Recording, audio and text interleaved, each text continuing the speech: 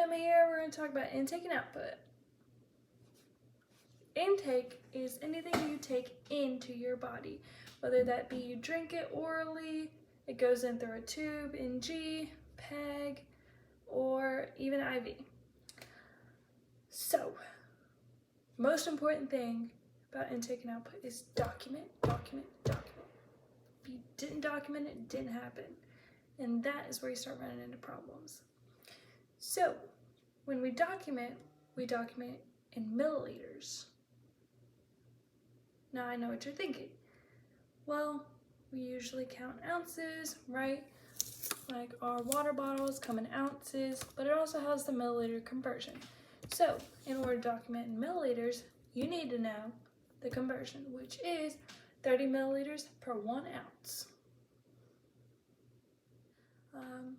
Certain diseases and medications require a fluid restriction.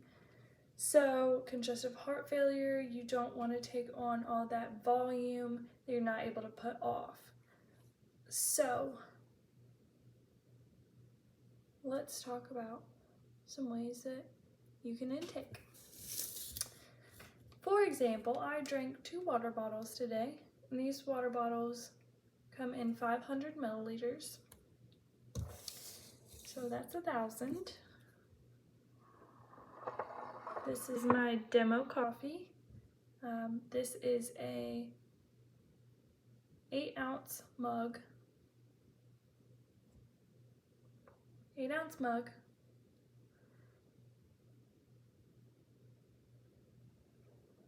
Which is 240 milliliters. Then we have this tall glass right here. Is 360 milliliters. It's a 12-ounce glass. One thing to note with ice. This little guy right here is a 240 milliliter cup. But the ice chips will only count for half of the volume of the cup that it's in. That is because once the ice melts, it's going to take up less room. Ice melts, turns to water. There's a whole bunch of little air pockets between the ice chips. So, when the ice melts, turns to water, the air spaces go away. It's just water. It's half the volume of the container it's in. So, you'll chart at 8 a.m. they had a 240 milliliter cup of coffee. At 10 a.m. they had 8 ounces of water, which is another 240 milliliters. At 12 o'clock they had a 360 can of soda, 360 milliliter can of soda, and so on and so forth. So it's extremely important that you document those intakes. Anything that you want going in, you want coming out. That is where we run into problems. If you are intaking more than you are outputting, that will lead to fluid overload. And some signs you'll see with that are edema in the extremities, maybe some abnormal lung sounds, some crackles, and difficulty breathing when laying flat. You're going to want to check those labs. Your BMP is married to your CHF, so make sure that your sodium potassium's not off. That could also indicate fluid and electrolyte imbalance.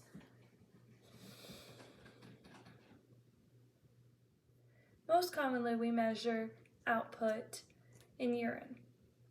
Although that is not always the case, if your patient vomits, if there is a wound that is secreting a lot of fluid, if you suction your patient, maybe they have an ET tube and you're suctioning all that gunk out, and liquid stool as well would be considered liquid output. So,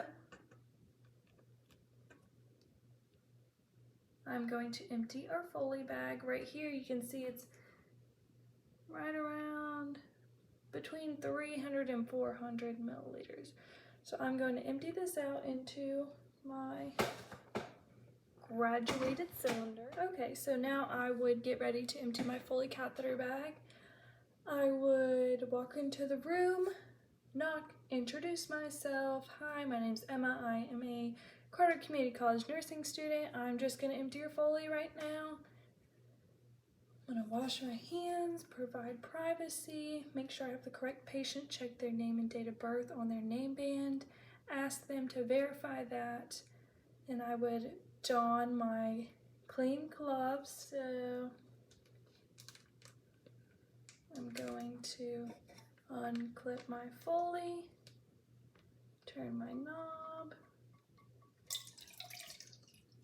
and collect the urine.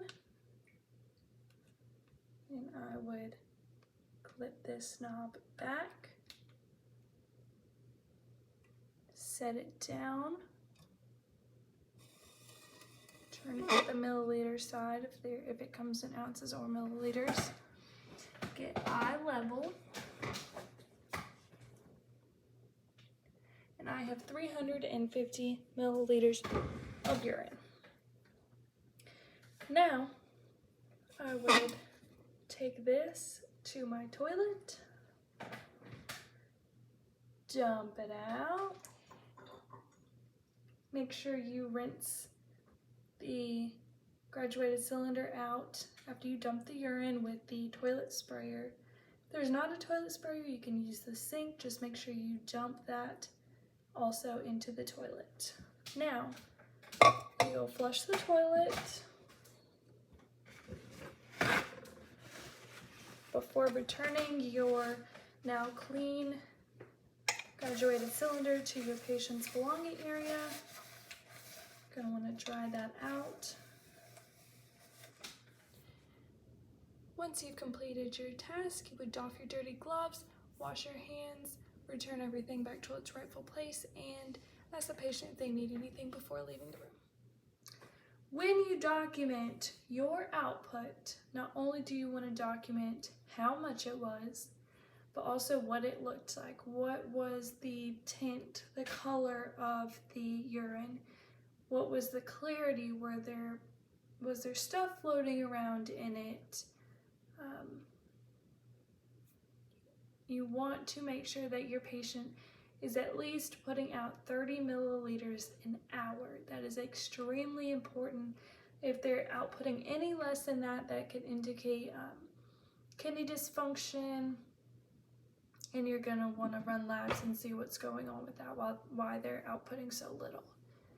If you are outputting more than you are taking in, that is how you get dehydrated. Your electrolytes get imbalanced because there's not enough fluid and you just don't feel good. So make sure you get your 2 to 3 liters of fluid a day so you don't become dehydrated. Thanks for watching.